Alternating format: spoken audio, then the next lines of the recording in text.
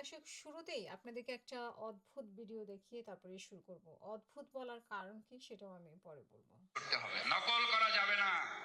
পড়তে কি বলছে?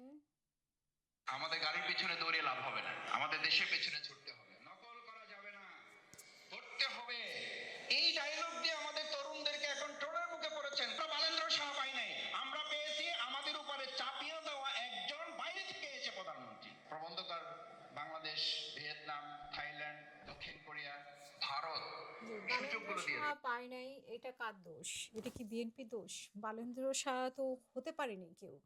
এই যে আন্দোলন করেছে অনেকেই, তারা কোথায় গেল? তারা গোল্লায় চলে গেল এবং তাদেরকে আশ্রয় দিল কে? সেই জামাতে আশ্রয় দিল। এখন উনি বলছেন যে ওনাদের গাড়ির পেছনে চলার মানে গাড়ির পেছনে দৌড়ানোর সময় নয়, দেশ নিয়ে দৌড়াতে হবে।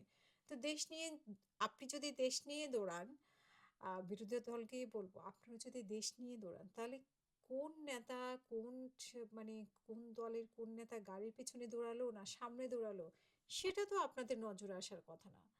আপনাদের তো গঠনমূলক সমালোচনা করার কথা, যেটা দিয়ে দেশের উন্নয়ন হবে এবং সরকারের চোখে আঙ্গুল দিয়ে দেখিয়ে দেওয়ার কথা যে আসলে কোনটা ভালো কোনটা খারাপ করছে।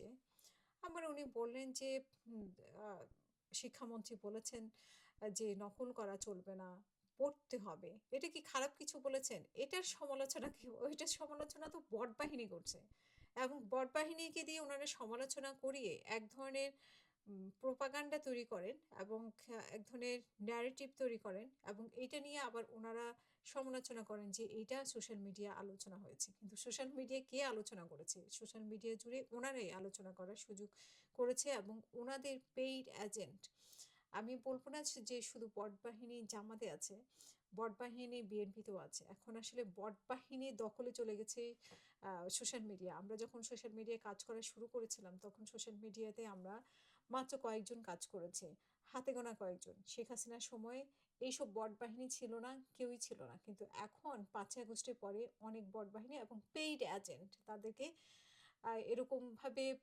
এজেন্ডা দিয়ে দেওয়া হয় যে কোনটা কখন নিয়ে সমালোচনা করবে এবং সেগুলোকেই এক ধরনের ক্ষেত্র তৈরি করে রাজনীতিবিদরা সেটাকে অস্ত্র হিসেবে ব্যবহার করছে। প্রথমেই কাজে লাগাচ্ছে আপনার বট বাহিনীকে, তারপরে সেটাকে একটা রূপ ধারণ করে আলোচনার বিষয় তৈরি করে বলবে যে এটা নিয়ে দেশে আলোচনা হচ্ছে। আসলে আলোচনাটা যে তারাই তৈরি করেছে তাদের পরিকল্পিতভাবে, সেটা মানে আমরা 5ই আগস্টের পরে জামাতের বট বাহিনী দিয়েই শুরু আমার মনে হয়। তারপরে এখন বিভিন্ন দলের বট বাহিনী, যেহেতু এই বট বাহিনীকে দিয়েই বট বাহিনী হ্যান্ডেল করতে হয়, তাহলে অন্য দলেরও কেন বট বাহিনী থাকবে না?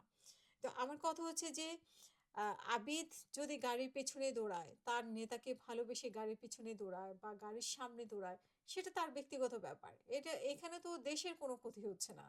মানে এখানে তো কোনো দুর্নীতি হচ্ছে না। এখানে তো কেউ কে কাকে কিভাবে সম্মান করবে, দৌড়াইয়া সম্মান করবে না বসে সম্মান করবে না দাঁড়ায় সম্মান করবে না পাশে থেকে সম্মান করবে, সেটা তার বিষয়। তার নেতাকে সে কিভাবে ইয়ে করবে।